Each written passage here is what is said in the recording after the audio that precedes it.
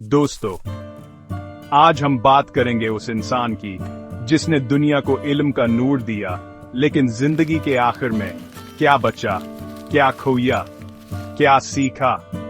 आज हम सुनेंगे इब्ने सीना की आखिरी जिंदगी की हैरत इंगेज कहानी।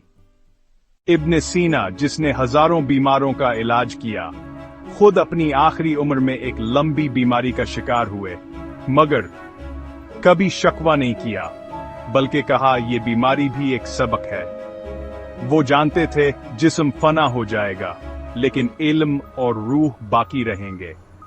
जिंदगी के आखिरी दिनों में इब्ने सीना अक्सर सोचते थे, क्या मैंने जो इल्म हासिल किया वो इंसानियत के किसी काम आया। वो कहते थे, असल इल्म वो है जो इंसान की खिदमत करे और हक की तरफ ले जाए। कितनी गहरी बात है ना।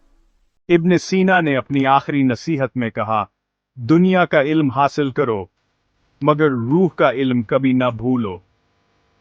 इंसान का असल सफर अपनी रूह की पहचान है, और दोस्तों, वो वक्त आया जब इस इल्म और हुकमत के सूरज ने हमेशा के लिए आंखें बंद कर लें। लेकिन अपने पीछे इल्म का वो खजाना छोड़ गए जो आज तक दुनिया को रोशनी दे रहा है। दोस्तों, इब्ने सीना की जिंदगी हमें सिखाती है, इल्म हासिल करो, इंसानियत की खिदमत करो और अपनी रूह को पहचानो।